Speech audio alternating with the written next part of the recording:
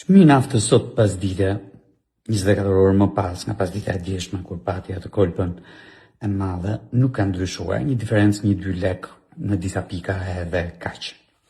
Lajmi i ditës sot është që Agjencia Ndërkombëtare e Energjisë ka vendosur që të hedhë në treg një sasi enorme, më e madhe në histori, prej 400 milion fuqish, për të përballuar krizën, për të ndikuar në çmime, për të rikthyer qëndrueshmërinë, madje dhe ulje.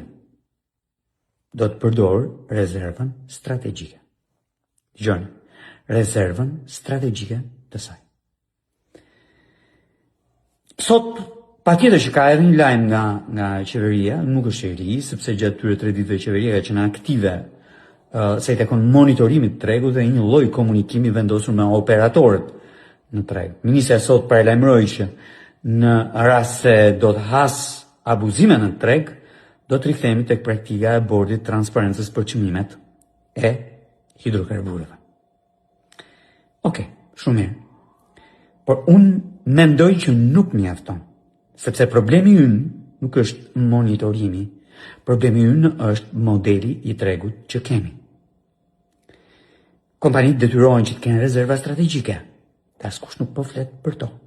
Kompanitë është fakt, i kanë depozitat plot, dhe askush nuk referon se sa është gjendja e naftës në depozita dhe kur është krijuar kjo depozit, me çfarë çmimesh është bler kjo naftë.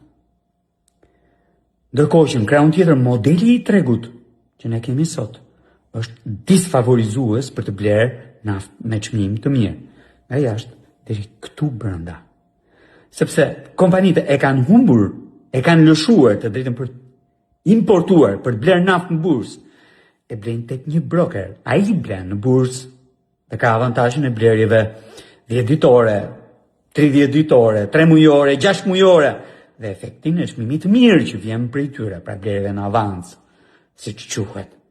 Ndërkohë kompanitë depozitojnë naftën e brokerit në depozitat e tyre, por pa çmim. Çmimi i blerjes dhe çmimi i shitjes del në momentin që kompanitë nxjerrin nga depozitat e tyre naftën që duhet të çojnë në pompë, duke humbur çdo lloj avantazhi. Madje edhe avantazhin e logjikës FIFO, pra sasia hyrë më parë dele para, me çmimin me të cilin është depozituar apo bler kohë përpara. Jo me këtë tanishmit. Thënë këtë, duhet shëmbur ky model tregu. Ky është problemi. Ndaj duhet shëmbur. Me qëllim që të fitojmë avantazhet që kemi nga blerjet në avans. Do e mos, e në krahun tjetër duhet të rikthehemi tek rezerva strategjike e shtetit një herë në radhë të parë dhe pastaj tek rezerva e detyrueshme strategjike e vetë kompanive, e vetë operatorëve, e cila edhe kur del në treg nuk mund të dalë me çmimin e bursës atë ditë kur është krijuar 3, 6, një vit më parë. Duhet ta shëmbim këtë model tregu me qëllim që largojmë tutje këtë kapitalizmin ku i vetmi që fiton është operatori dhe asnjëherë qytetari.